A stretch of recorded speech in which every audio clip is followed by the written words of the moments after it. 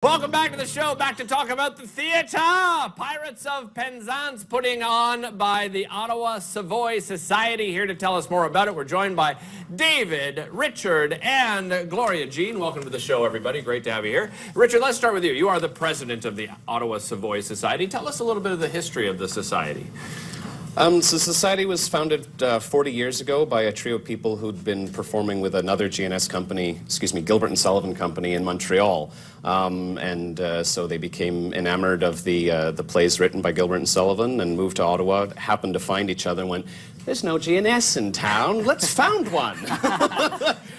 So the first show was in 1976, and it also was the Pirates of Penzance. Oh, very nice. So you're coming full circle on the 40th anniversary. Tell us a little bit about Gilbert and Sullivan, and what made their production so special and unique?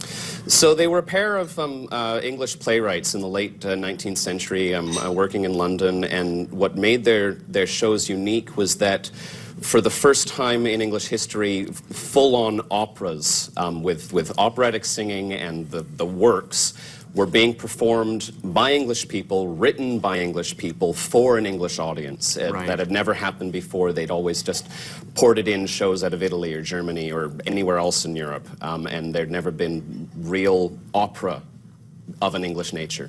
So Gilbert wrote the lyrics and would write some really pointed social commentary. The glove was not light at all. The veil was very thin. And he had some pretty sarcastic remarks to make about English society at the time. And Sullivan would write the music, and he was renowned Europe-wide as the best English composer of probably the previous 100 years or so. So it was a very fortuitous pairing between the two of them, and the shows did marvelously well, as can be evidenced by the fact that 130 years later, people are still performing them worldwide. Exactly. And Gloria, Jean, let's talk a little bit about your role as a musical director. As you go through the rehearsal process, what is your role? Well, my role is to teach the music to the chorus in particular. The soloists learn their own parts, thank the Lord.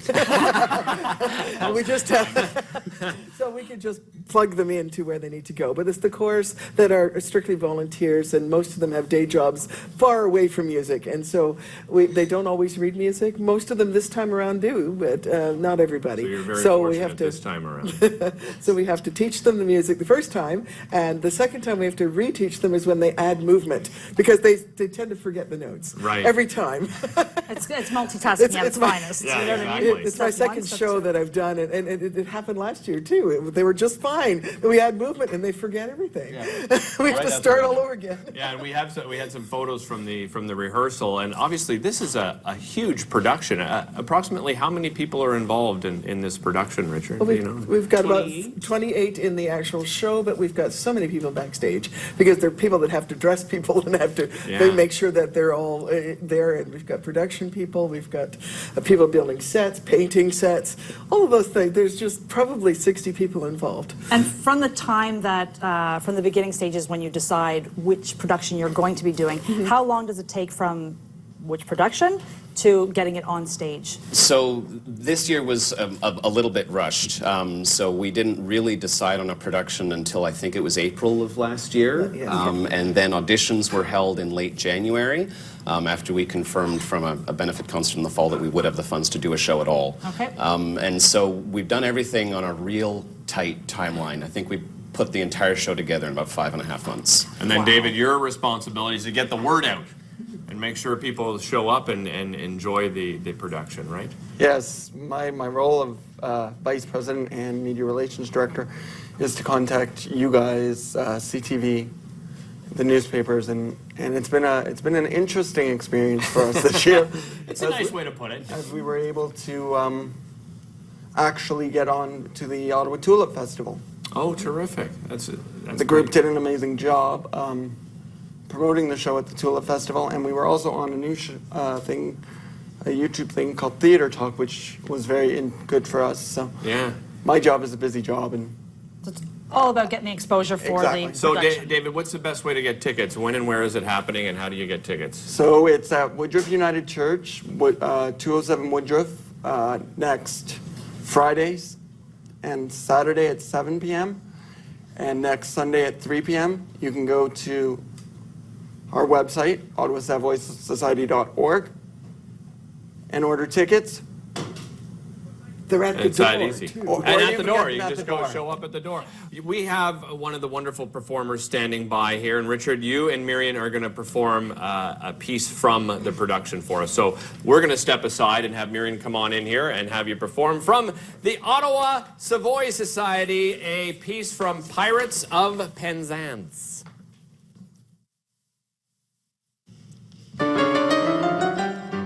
Stay, Frederick, stay. They have no legal claim. No shadow of a shame will fall upon thy name. Stay, Frederick, stay. Nay, Mabel, nay. Tonight I quit these walls. The thought my soul appalls. But when stern duty calls, I must obey. Stay, Frederick, stay. Nay, Mabel, nay. They have no claim. But duty's name the thought my soul appalls. But when stern duty calls, Stay, Frederick, stay. I must obey.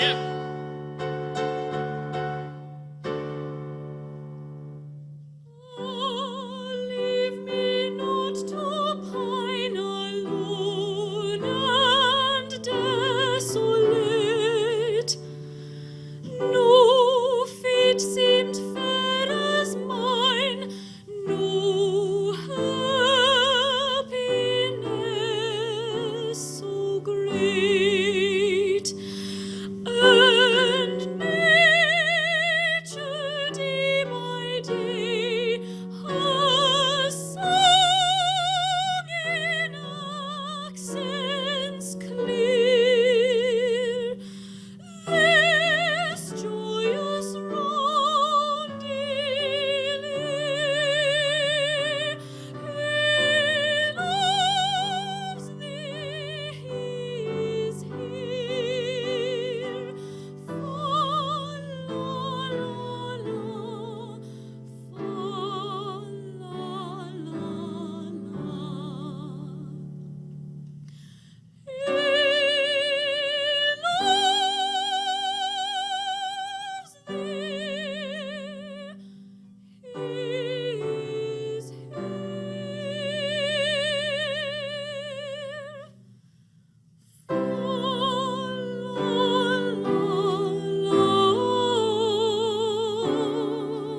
Fa Ah, must I leave thee here in That terrible dog is